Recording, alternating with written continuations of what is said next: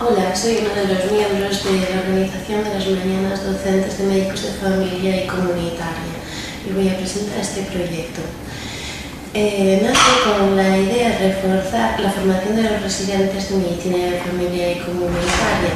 Se pretende cubrir varios aspectos, por lo que las jornadas están divididas en 3 fases. Inicialmente, la primera fase es una discusión sobre las bases estadístico-epidemiológicas de algún artículo científico.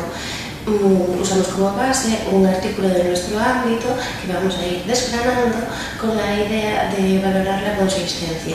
En la segunda fase tenemos casos clínicos. Son casos que haya visto a alguno de los residentes que le haya parecido interesante y los trae estas mañanas para comentar qué actuaciones se hicieron y qué otras se podrían haber hecho.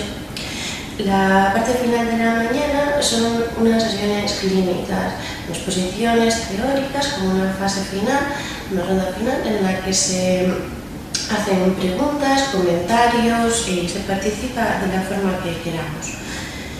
En conjunto, estas mañanas buscan un incremento de los conocimientos teóricos de los residentes, pero sobre todo lo que se busca es la estimulación de la capacidad crítica y de razonamiento para aplicar tanto en el ámbito asistencial como en la investigación.